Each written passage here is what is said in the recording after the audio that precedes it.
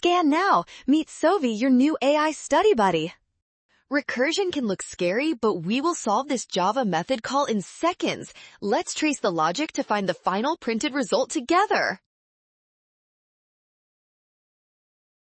The method showMe is recursive because it calls itself whenever the input argument is less than 10. We start with 0, which is definitely smaller than 10, so we move deeper. Each call adds 1 to the argument until we finally reach 10. At that point, the condition fails and the code jumps straight to the else block to print the value.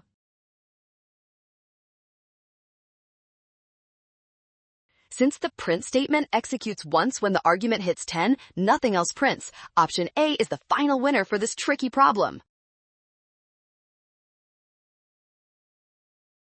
Well done! Scan the code to learn with Sovi. Avoid the rush and watch signs. Trust the given code and check your steps.